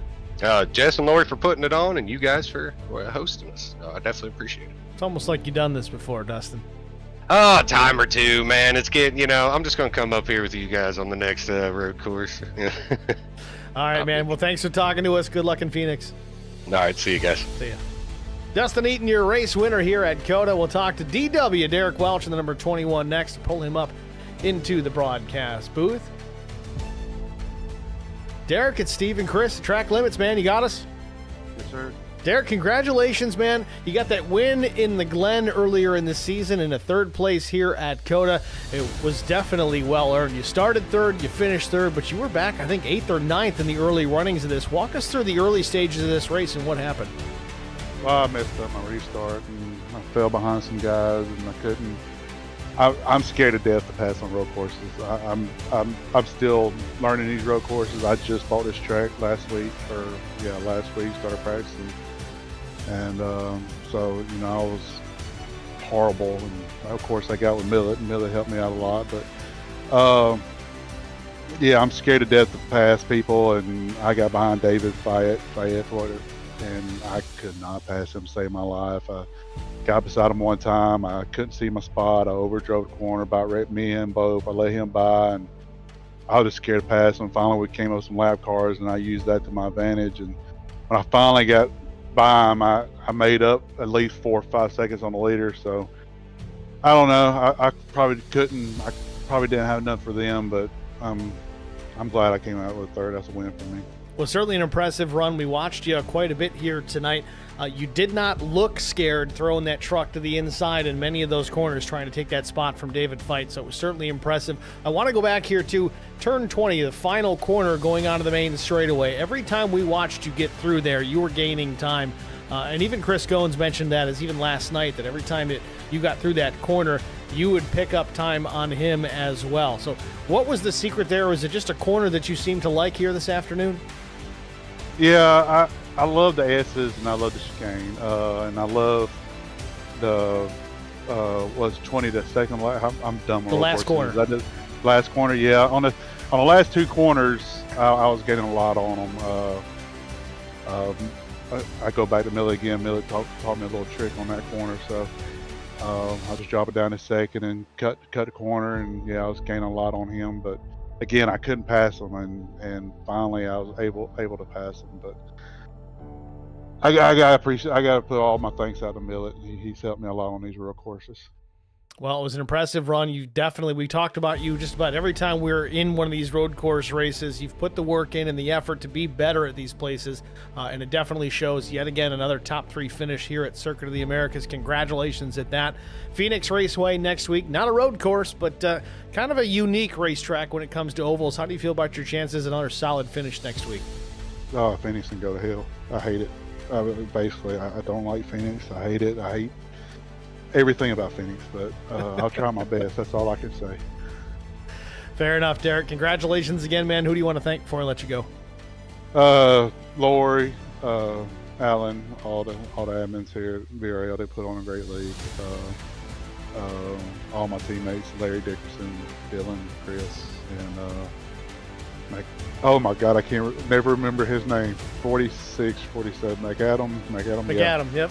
Yeah, McAdam. John McAdam. Thanks to them. Yeah, thanks to them guys, and thanks for you for a great broadcast, and you, Chris Goins, for joining the broadcast. I appreciate it. All right, Derek, man. Thanks for talking to us. Good luck next week. Thanks, sir. Derek Welch, your third place finisher here at COTA. I don't know. He didn't seem bashful about sending it into the inside, trying to take that spot from David Fite. But according to him, he didn't like it. He was afraid to pass, but it looked pretty good to me. Yeah, if that's him nervous, I'd hate to see what he looks like comfortable. Well, with that said, let's take a look at our race results on the day. Of course, we talked to Dustin Eaton, Alan Vaught, Derek Welch were the top 3. David Fite finishes in the 4th spot. Trevor Robertson 5th. John Osborne was 6th. George Rincon finishes in the 7th position. 8th place went to Mike Adamson. Jack Dixon was 9th. Josh Bittner with a kind of an interesting strategy, pitting completely off cycle from the rest of the field. Still manages a top 10 finish on the lead lap. So good run by the 84. Was it Bittner? Now I'm confused. I think it was Bittner. Player was 11th. 12th, John McAdam. Larry Dickerson, 13th. Kelly Cool was 14th. Dylan Bryant, 15th. 16th place was Andrew Cawthon. Scott Roney, 17th. Chris Klein, 18th. Austin Paul finished in the 19th spot. 20th place went to Mike Everidge. 21st was Dave Mayberry. 22nd, Anthony Williams. 23rd, John Gallagher. Kevin Hunt was 24th. Chandler Paul, 25th. Dustin Wade, 26th. 27th was Sean McDonald. Greg Dobson, 28th. Kyle Vaught, a little under the weather, finishes 29th, 30 laps down. Albert Anderson called it quits early as well. Again, not his cup of tea. 30th place, 31 laps down. Deion Jones, 31st, did not take the green flag, but still will take credit for that final finishing position. Thank you guys again all for tuning in here tonight. Stream chat busy as always. Gotta love that. Hit that thumbs up, the like button in the stream if you can do that for us. We appreciate that. It's free to do. It helps us more than you realize. Not just us here at the channel, but also the league itself. Get some fresh eyeballs on what's going on here at Track Limits and with the VRL. If you haven't already subscribed, please do that as well. I know we just cracked that 1,000 subscriber mark. Continue to move upwards in that department. We do appreciate it. But that's going to wrap it up. Chris, thanks for joining me here in the booth here tonight. Always appreciate your insight and track knowledge here, especially here on these road courses. But always a good thing to have you up here in the booth. Thanks, I appreciate it, Steve. I hope to be back here maybe next week, and we'll see if we can see you in Phoenix. Speaking of next week with Phoenix, unfortunately, this broadcaster has to travel for work. I will be in New England all week, so no broadcast here at Track Limits. There might be a tape-delayed version of it. We're not 100% sure. It really just depends on how the race goes, but if that is the case, we'll make sure we get that information posted out to you guys. So thanks again for watching, everybody. Have a good night. Congrats, Dustin Eden.